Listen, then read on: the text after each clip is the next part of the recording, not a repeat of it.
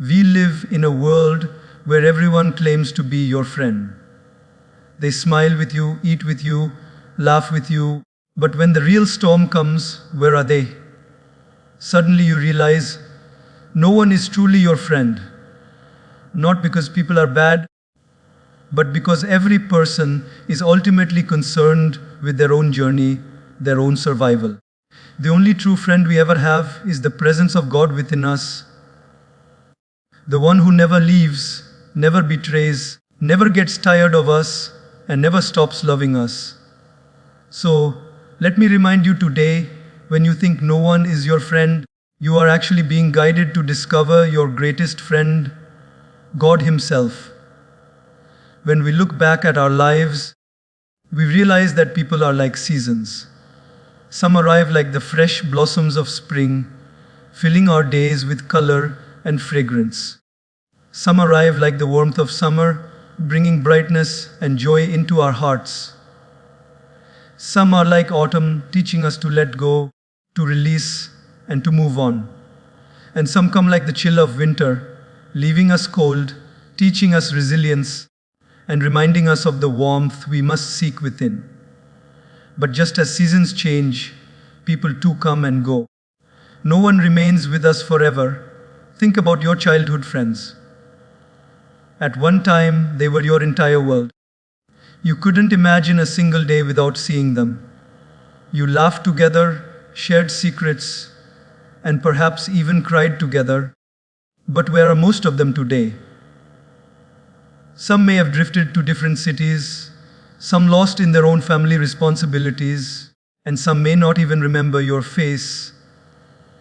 That closeness which once felt unbreakable has faded like a dream.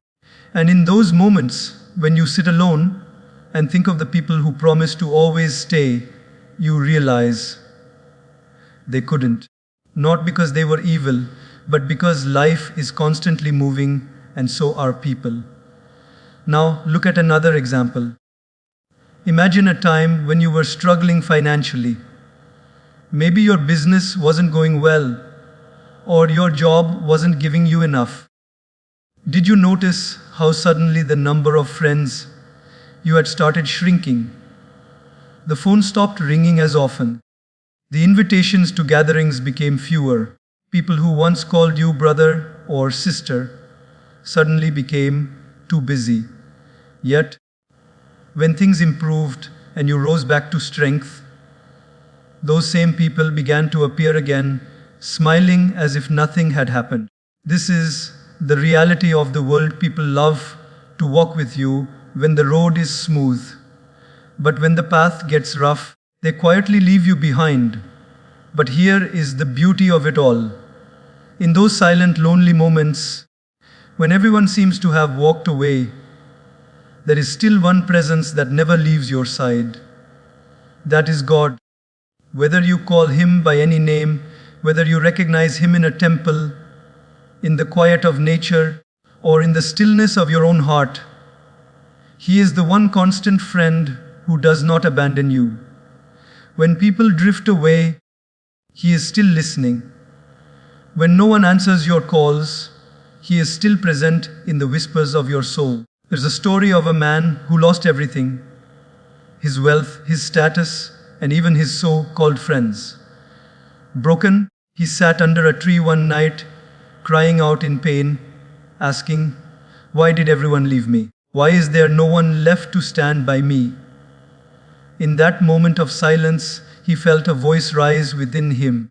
"Because if they had stayed, you would never have looked for me. I had to remove them so you could discover the one who never leaves." That man found peace that night, not because his problems vanished, but because he realized that in truth, he was never alone. Think about your own life. Hasn't there been a moment when you thought, "I cannot handle this anymore"? And suddenly, from nowhere, a solution appeared. Sometimes it was an opportunity. Sometimes a stranger helping you. Sometimes a sudden strength rising inside you that you didn't know you had. That wasn't a coincidence. That was your eternal friend God working silently behind the scenes, guiding your steps and reminding you, even if the whole world leaves, I am here. You see, people are not wrong for leaving. Everyone is fighting their own battles, carrying their own burdens.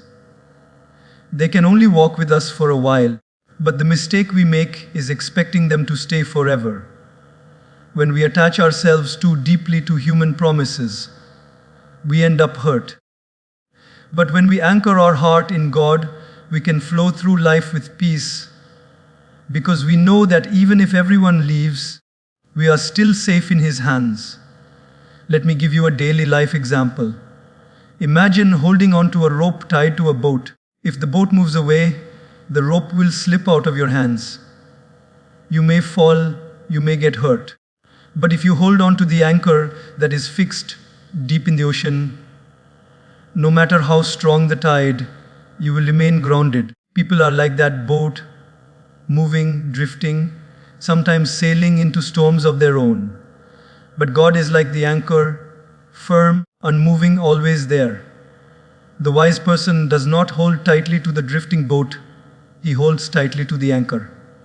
So, the truth is simple: people come and go, but God stays forever. When you realize this, your heart becomes lighter.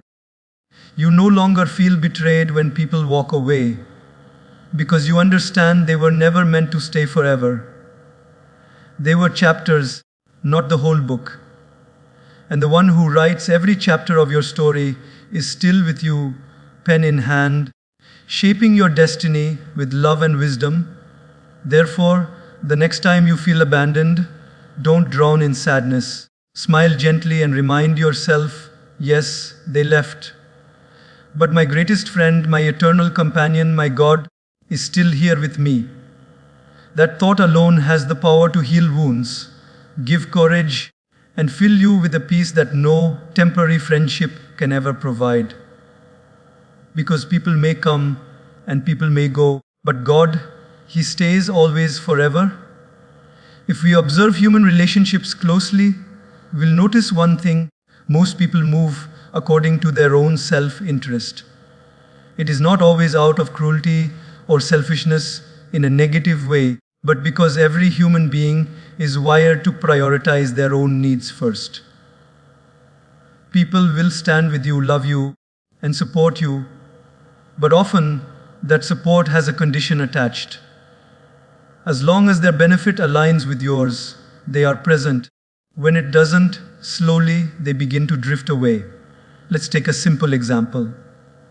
Imagine you are invited to a wedding. You attend, you smile, you give blessings, but deep inside, what are you also thinking? Did they treat me well? Was the food good? Did they respect me? Even in such a sacred, happy gathering, our mind tends to check, what did I get out of this? This is not evil, it is human nature. But it reveals a deeper truth. Most of our relationships are driven by, what is in it for me? Think about friendships. Many people are friends because they enjoy similar things: going out to eat, playing sports, talking about common topics, traveling together. But what happens when interests change? Suddenly, the same people who once spent hours with you now don't have time. Their friendship was real, but it was built around self-interest, around what they gained from your company. This reality becomes most visible in times of difficulty. When you have wealth, status, or success, people surround you, praising you, wanting to be in your presence. But if suddenly you lose those things, the crowd becomes smaller. Why? Because the benefit they once received from you, be it financial help, social connections, or even the joy of being with someone who is successful, is no longer there. The bond was not with you, but with the benefits that came from you. Let me share a story. Once, a wealthy man in a village was known for his generosity. People called him their best friend because he would help them with money, food, and opportunities. But one day, due to unexpected losses, His wealth was gone. Slowly, the people who once sang his praises started avoiding him. No one came to check on him. No one offered help. Sitting alone, he realized something painful but true. They were not my friends. They were friends of my wealth. Isn't that what happens in so many lives? People are drawn not to us, but to what they can receive from us. Some are attached to our laughter, some to our status, some to our resources. And when those things change, the attachment weakens. But in contrast, look at God's friendship. He doesn't ask, "What benefit do I get from you?" In fact, what can we possibly give him? He owns everything, he is everything. Yet still, he stays by our side. He doesn't love us because of our wealth, our status, or our talents. He loves us simply because we are his creation. That is why his love is unconditional, while most human love is conditional. Let's take another relatable daily life example. Think about colleagues at work. As long as you are useful to them, helping them with projects, covering for them, or even being a reason they look good in front of the boss, they treat you with kindness. But the day you stop serving their interest, or perhaps even compete with them for a promotion, you suddenly see a change.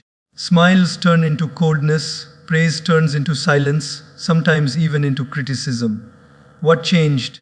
The interest they had in you no longer existed. This truth can feel bitter, but if you accept it, you gain freedom. Instead of expecting people to love you unconditionally, you begin to understand that many relationships are built on needs. And once needs are no longer met, the relationship changes form. This awareness does not make you hate people. Instead, it makes you wiser. You no longer place unrealistic expectations on others.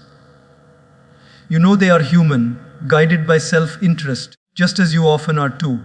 Now, imagine if we shifted our dependence from people's conditional love to God's unconditional presence. Life would feel lighter. Because when someone leaves you due to their own interest, you no longer break down knowing that there is one who remains even when there is no interest in you. God does not need you, but he still chooses to stay with you. That is the difference between divine love and human love. Here's another thought. Even in families, self-interest can sometimes dominate. Parents may expect children to behave a certain way because it makes them look good in society. Children may want parents to support them only when it suits their desires. Spouses sometimes demand things not out of love, but out of personal need. When we recognize this, we begin to understand why conflicts arise. It is not always because of a lack of love, but because love is often mixed with self-interest. So what can we do? We must learn to build our foundation not on people's changing interest, but on God's unchanging friendship. We must learn to give without expecting return, to love without attaching conditions. When we practice this, we reflect God's way of loving others, selfless, pure, and steady. And finally, here's the key lesson. Don't be surprised when people act out of self-interest. Don't feel betrayed every time someone pulls away. Instead, remind yourself, they are human. They are doing what humans do. But I have a friend beyond all this.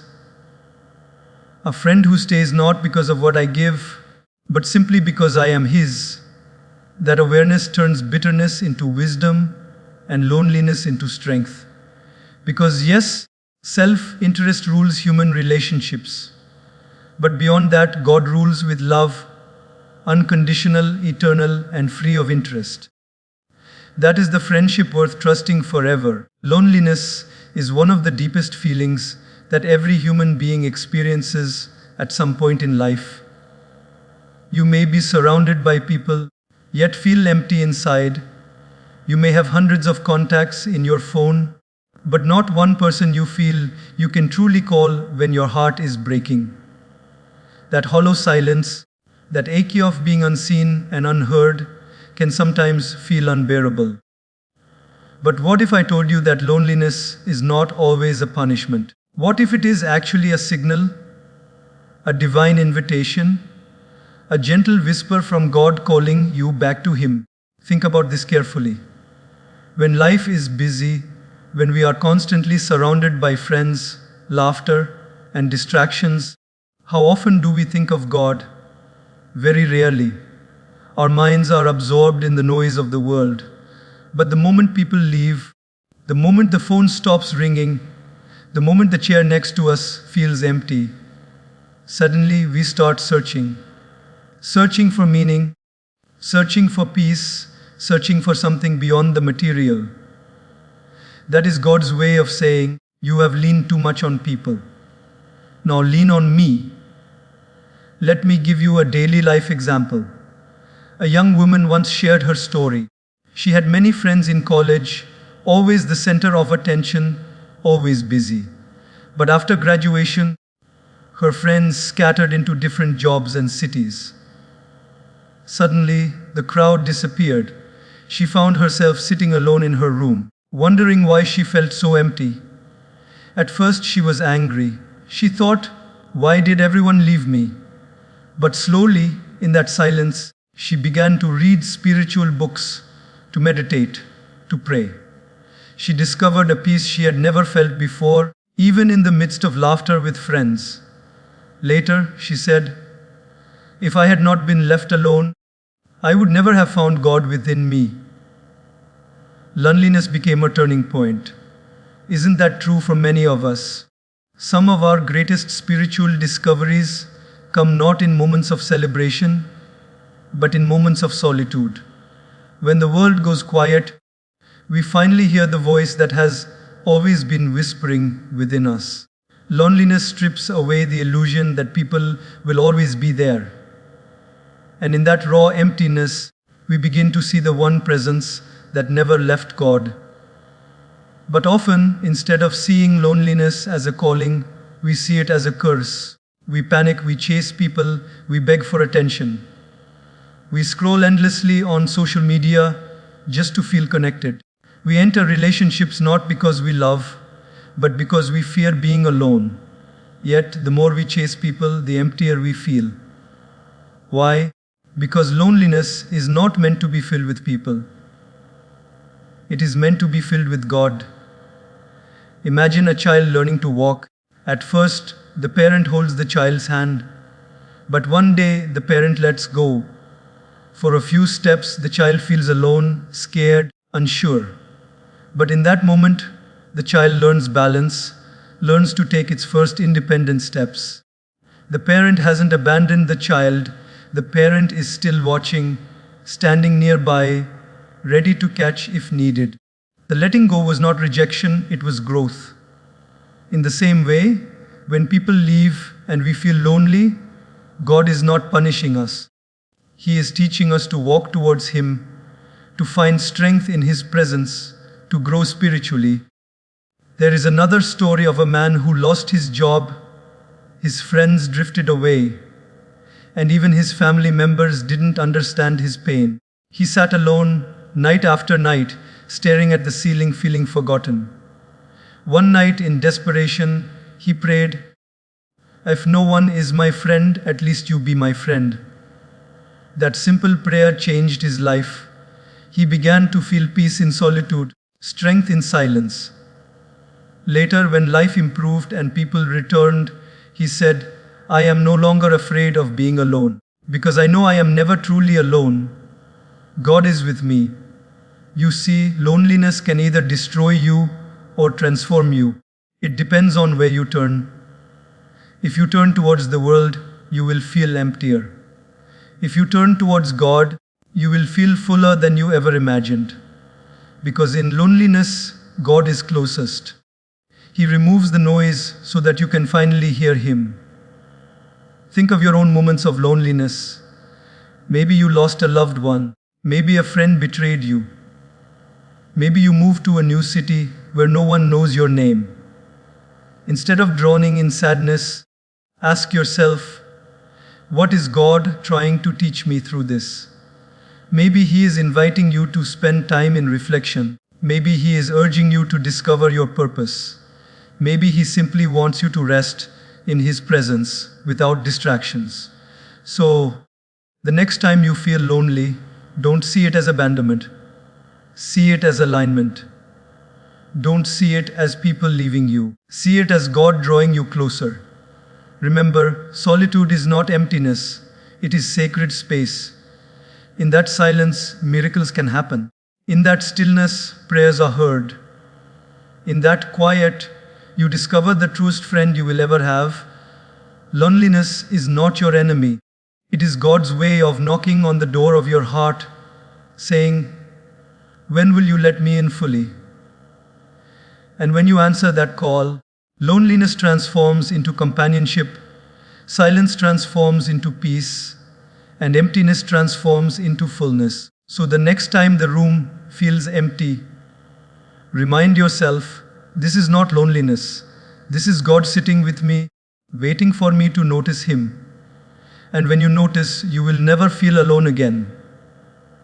When we look around us, most friendships today are built on material grounds. We call someone a friend because they hang out with us, eat with us, shop with us, or travel with us. We share photos together, laugh together at parties, and exchange gifts. All of this looks beautiful on the surface, but when life tests us, we suddenly realize how shallow some of these so-called friendships are. Because true friendship is not material, it is spiritual. Think for a moment.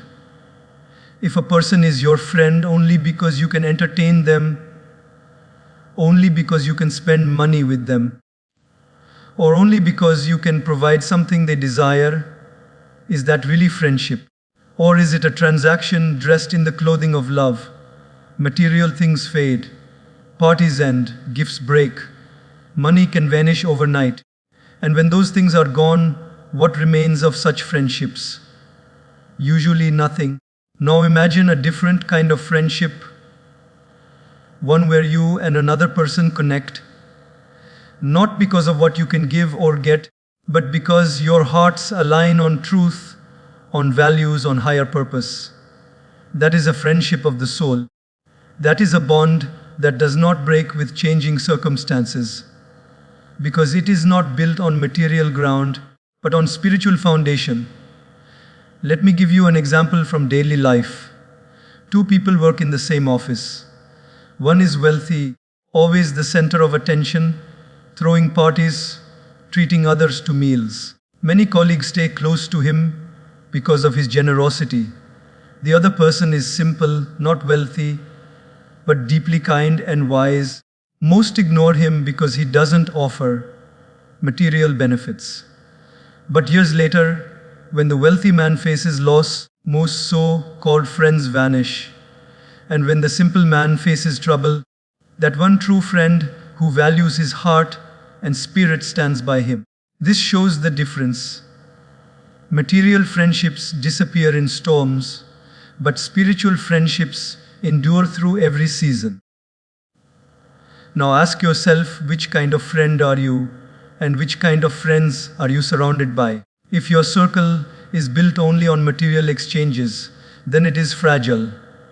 But if your circle is built on honesty, loyalty, kindness, and a shared desire to grow spiritually, then you are blessed with true companionship. There's a powerful story that illustrates this. A poor man once had a best friend who was wealthy.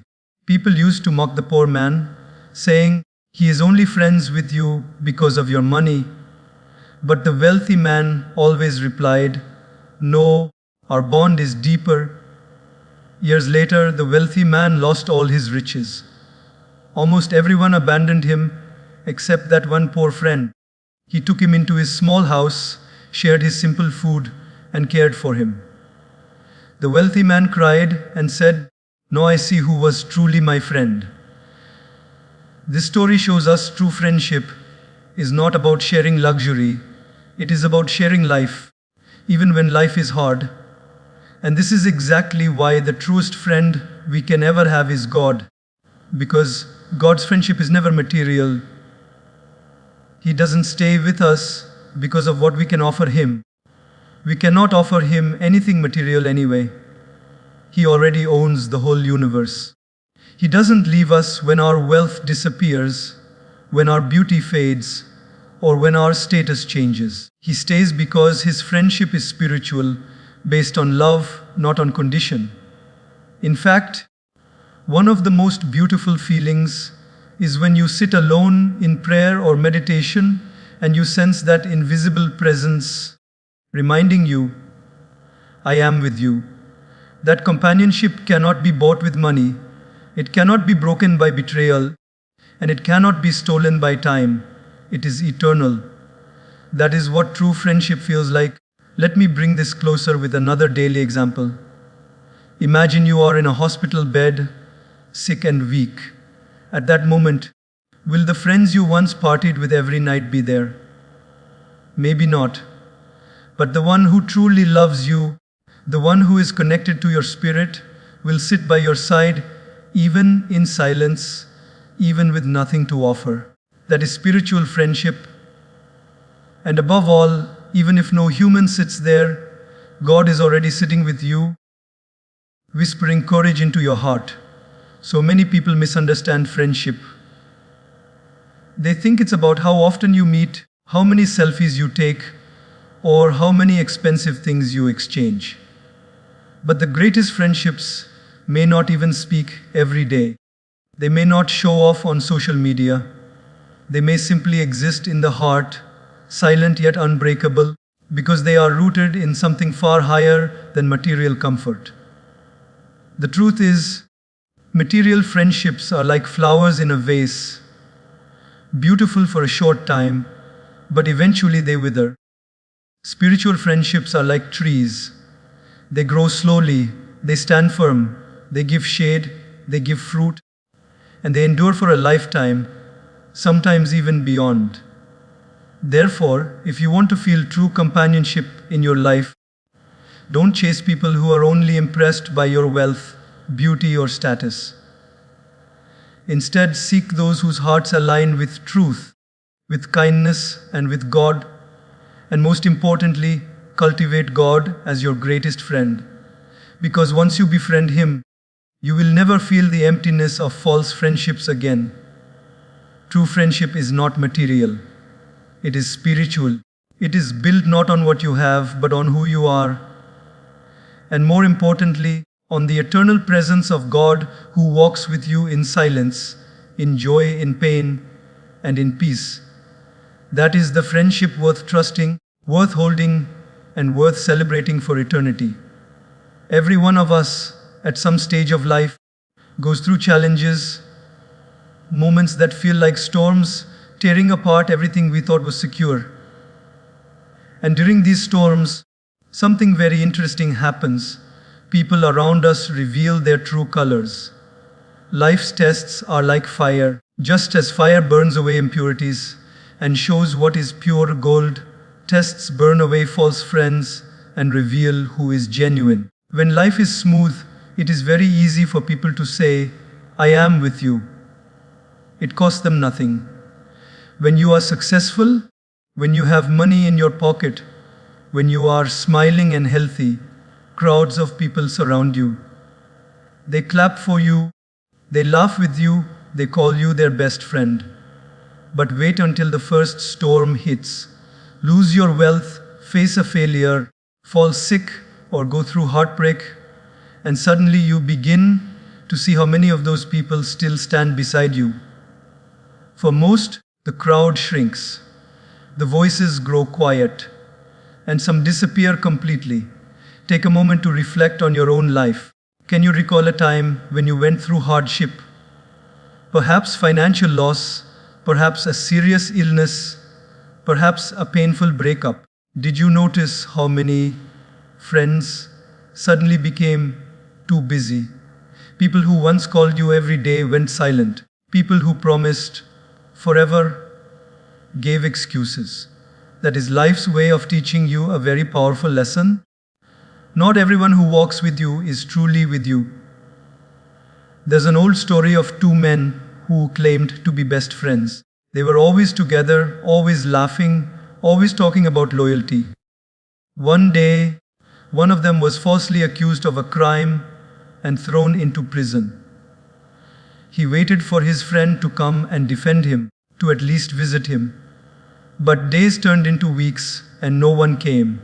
After he was finally released, he realized that the person who once called himself a brother disappeared the moment standing beside him required courage. That pain cut deep, but it also freed him from the illusion of false friendship. Tests do this for us. They don't just cause pain, they reveal truth. They show us who was standing beside us only for comfort and who is willing to stand even in the storm. And though the process is painful, it is also purifying. Because in the end, it is better to have one true friend than 100 false ones. But let's not only look outward, let's also look inward. Life's tests don't just expose others, they expose us too. They show whether we are genuine friends or fair weather companions. Ask yourself, do I only stand by people when it is easy? Or do I remain when they are broken, when they have nothing to offer me? This reflection humbles us. It reminds us that if we expect loyalty, we must also give loyalty. Now here's the most comforting part. Even when every human being leaves, there is one friend who does not run away when life tests you, and that is God. In fact, it is in your deepest trials that His presence shines the brightest. When the phone doesn't ring, His silence fills the room. When no one shows up to hold your hand, His strength carries you forward. When people abandon you, it is as if God Himself is whispering, "See, they were never your source. I am." Think of a student preparing for an exam. During the year, teachers guide him, friends study with him, parents encourage him. But on the day of the exam, he must sit alone and face the paper. Not because everyone hates him, but because the exam is meant to be faced alone. In the same way, when life puts you through a test, sometimes God allows people to step back. Not because He wants you abandoned, but because He wants you to see Him as your ultimate companion. Let's bring this into a daily life scenario. Suppose you lose your job. At first, friends may show sympathy, but as weeks turn into months, you may notice fewer calls, fewer visits. People may even avoid you, afraid of being dragged down by your struggle. That hurts. But later, when you find a new path, a better opportunity, you realize something beautiful. God never left. He gave you strength to rise again, even when human friends vanished. That realization fills you with a confidence that no fake friendship ever could. This is why life's tests, though painful, are precious. They break illusions.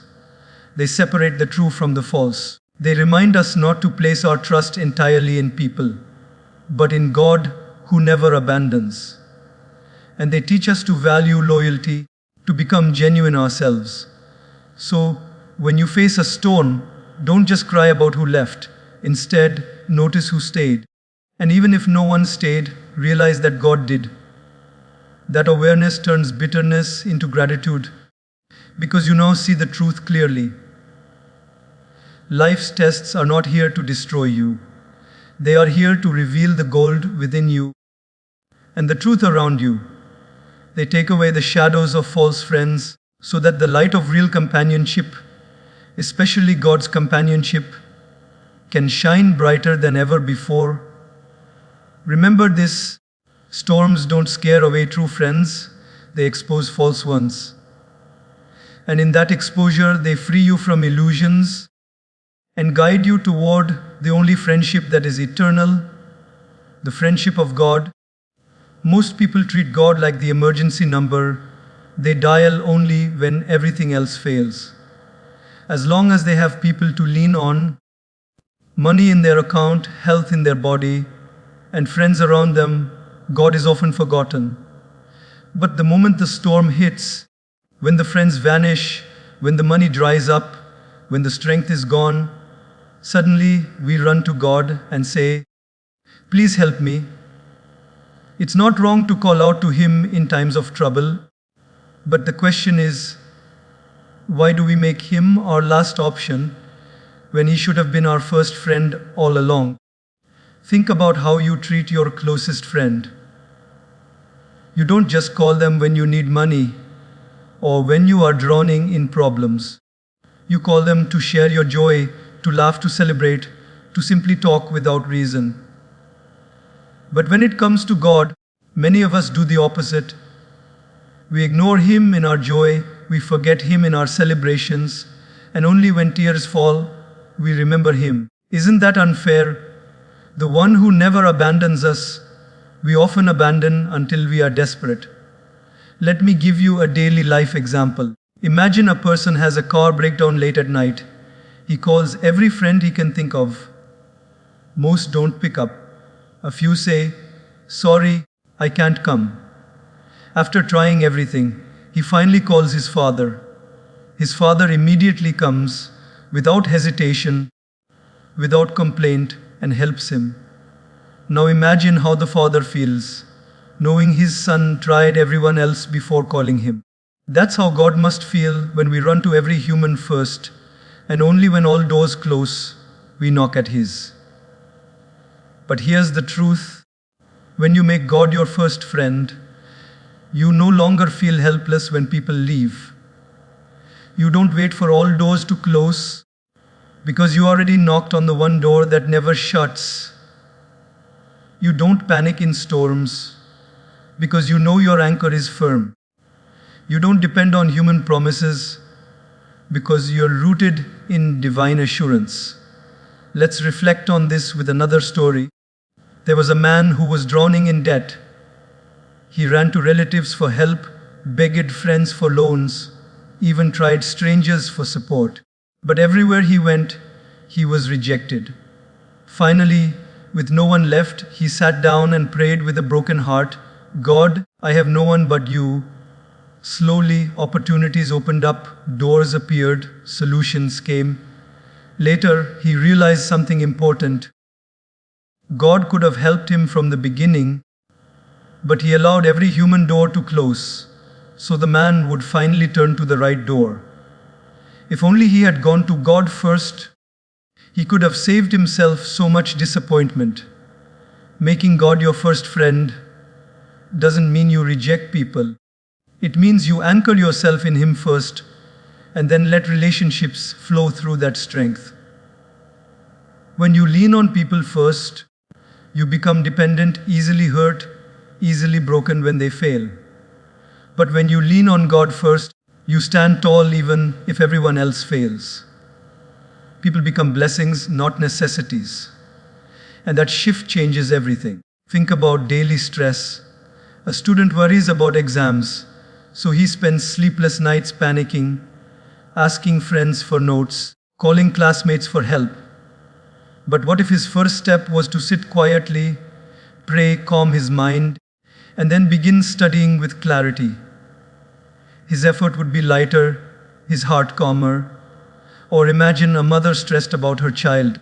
Instead of first running to neighbors, relatives, or the internet, she first bows her head and says, "God, guide me." Immediately she feels lighter, because she placed her burden in the hands of the one who can truly carry it. Making God your first friend also changes the way you celebrate. Instead of only calling Him in pain, you also share your joy with Him. Got a promotion? Thank Him first. Found peace in a relationship? Talk to Him first. Woke up healthy? Smile at Him first. When you make Him part of both your joy and sorrow, your relationship with Him becomes alive, not mechanical. You no longer see Him as just a rescuer in emergencies, but as a companion in every step. Here's a powerful thought. The one you call first in times of trouble reveals who your real friend is. If your first instinct is to pick up the phone and call people, your faith is in people. But if your first instinct is to close your eyes and call upon God, your friendship with Him is alive. And that friendship never disappoints. It's like carrying an umbrella. Most people wait until the rain starts pouring before they scramble for shelter. But the wise carry the umbrella with them everywhere. God is that umbrella, not meant to be pulled out only when storms arrive, but to be carried as your constant shade. So, don't wait for life to break you before you find Him. Don't wait for betrayal before you seek His loyalty. Don't wait for sickness before you discover His healing. Don't wait for loneliness before you remember His companionship. Make Him your first friend, not your last option. Because when He is first, everything else falls into place. And here's the beautiful part: when God becomes your first friend, you will never fear losing people. Because even if the whole world leaves, you already have the one who never leaves. That truth is enough to carry you through every joy, every pain, every season of life. So let's remind ourselves every day: before I speak to anyone, let me speak to God. Before I complain to anyone, let me open my heart to God. Before I celebrate with anyone, let me celebrate with God. Because when He is your first, you will never again feel like He is your last.